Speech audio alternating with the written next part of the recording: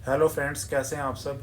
आपको पता होगा कि महाभारत का युद्ध का जो वृतांत है वह संजय महाराज धृतराष्ट्र को बताता है कि युद्ध में क्या क्या हो रहा है और क्या क्या हुआ है।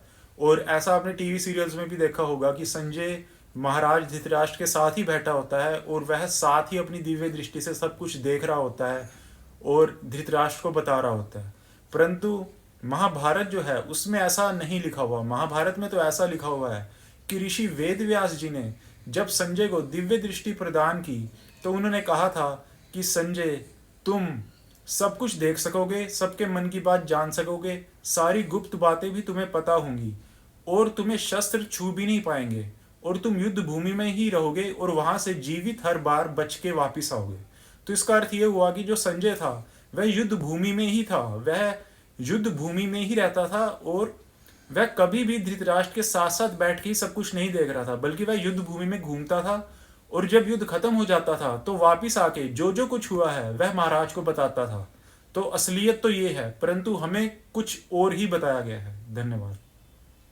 हिंदुत्व के बारे में ऐसी और जानकारियां जानने के लिए कृपया मेरा चैनल लाइक करें और सब्सक्राइब करें। बहुत बहुत धन्यवाद।